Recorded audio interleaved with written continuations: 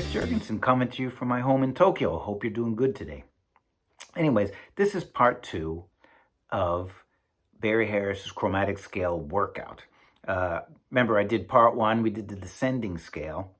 Today we're doing the ascending scale. So last time we took a diatonic major scale and we added chromatic passing notes according to Barry Harris's guidelines. So we took this scale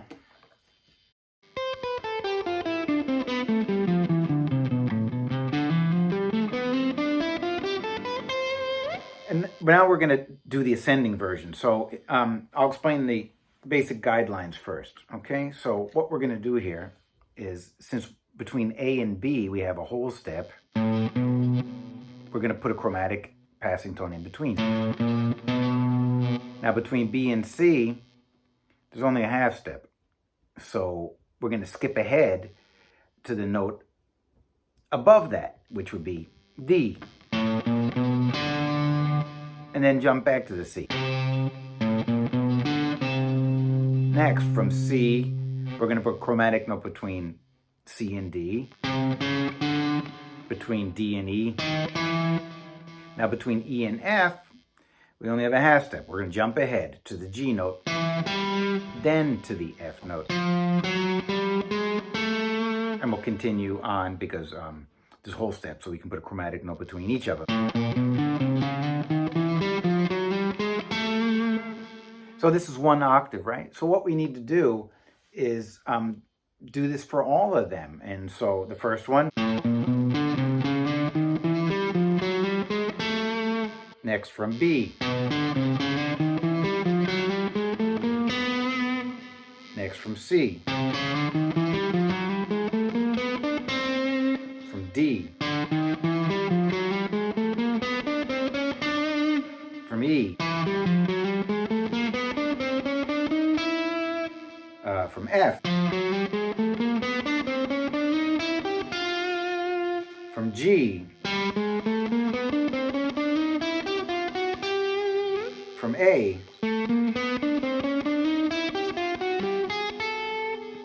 Next is B. And that's as far as we can go using this scale pattern. So what you want to do next is, once you feel comfortable that your fingers remember the patterns and you don't have to think about it so much, is try to a track. Now, when you do it to a track, it sort of forces you to do it in time. But also, the benefit really is that it's going to sort of help you develop an intuition for the scale, because you'll be hearing it to a chord, right? So this is a C major scale with chromatic notes between the diatonic scale tones. And as it's C major, I'm going to use it against G7, okay? It will work anywhere you would use a major scale. But since I like dominant chords and I play a lot of blues, that's what I'm going to do. Now, probably the best way to do it, at least for me, my way of thinking, is I'm going to do it like a game. Do you guys like games? I like games. So remember when somebody gave you like a PlayStation and you went crazy and you didn't practice your guitar? If you do practice that way, you'll sort of enjoy practicing more. You have to do it like a game. So the game here is that you're going to do it from the bottom to the top, one pattern at a time, without stopping. If you make a mistake, you got to do it again. And sometimes, you might go on for an hour until you finally get it. And then when you finally do it perfect, you can jump for joy and do some other stuff that's fun. Okay, so here we go. I'm going to play this. We're going to play this against a G7 vamp, and we're not going to stop. We're just going to keep going until we get through the whole thing. Okay, so here we go.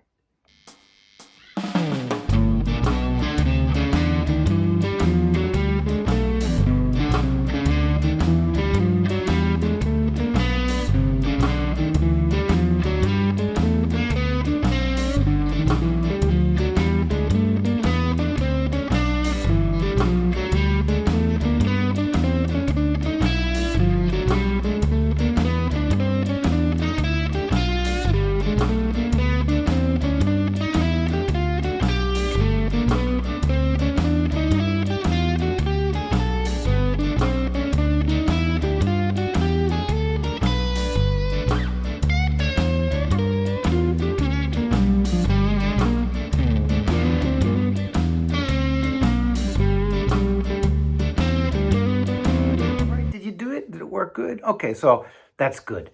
Next thing that, and I suggested this in my last video too, is that, we're just doing one octave. It doesn't have to be one octave. It could be less. It could be more. It can be interdispersed with arpeggios and pentatonic, whatever you want to do, you can do it. So next thing I suggest is that once it's under your fingers and you feel comfortable, that you try it against a track, but the same track is fine. That's what we'll do here. But try to make it musical and see if you can, mix it into the way that you'd usually play. Okay, so let's try that.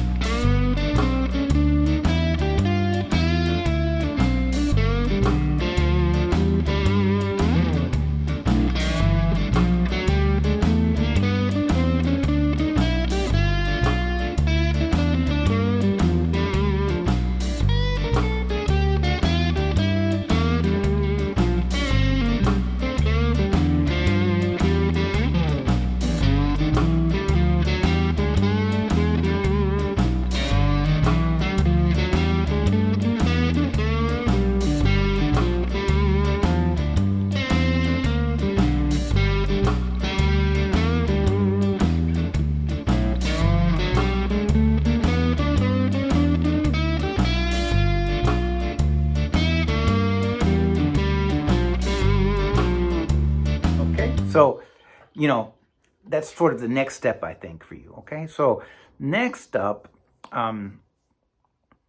try it in some real music, right? Now, sometimes you have to think about this a little bit before because, you're not just going to be able to play over one chord vamps, right? So let's just pretend that we want to put this together in a blues, or let's just practice it over a blues. And so there's different ways that, you can think about how you want to do it. For example, it has to fall in good time. So when the chord changes, you want to be able to,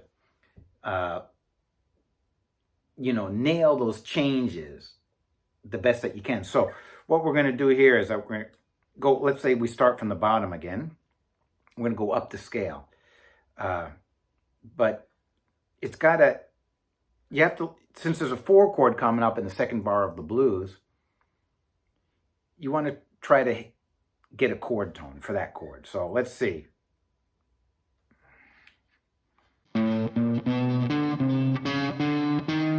Right? I went 1 and 2 and 3 and 4 and. And where does that leave us? Well, the next note would be E. And that is the third of the C7 chord, right? So that's good. That worked out great. Now, from that point, maybe I'll play like an arpeggio or something for that C chord.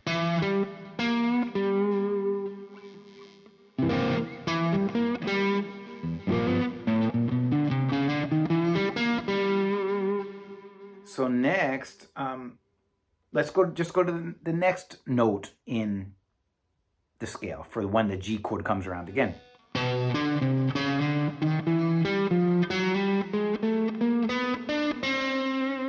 Right? 1 and 2 and 3 and 4 and 1 and 2 and 3 and 4 and we're on a C note now. That's the root. And that's a C7 arpeggio.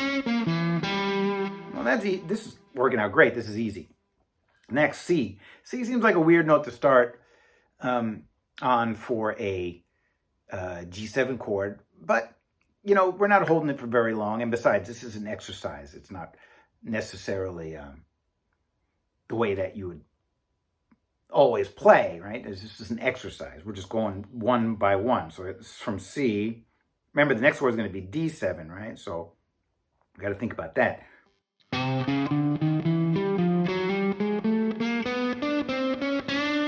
Ends up right on a D. So, I mean, how lucky were we getting here?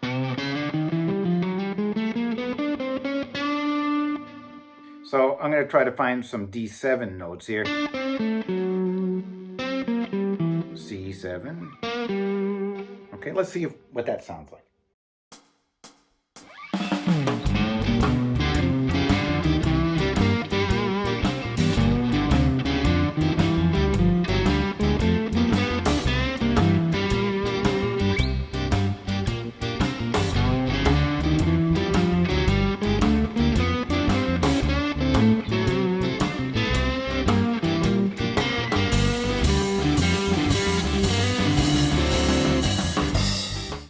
All right, so that's how you're going to practice these.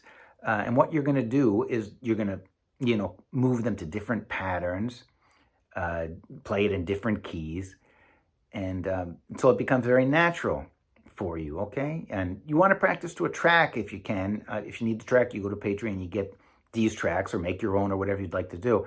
But if you play it along to music, then you develop the sound and a sense for playing the scale, okay? So that's what you're going to do. I'll be putting together number 3, part 3 for this series. And in that lesson, I'll be showing you how to add in some diatonic chords. And that's when the things start to get really fun and interesting and really start sounding more like jazz. So get to work and practice as much as you can. And I'll see you in the next one, okay? So have a nice day. Goodbye.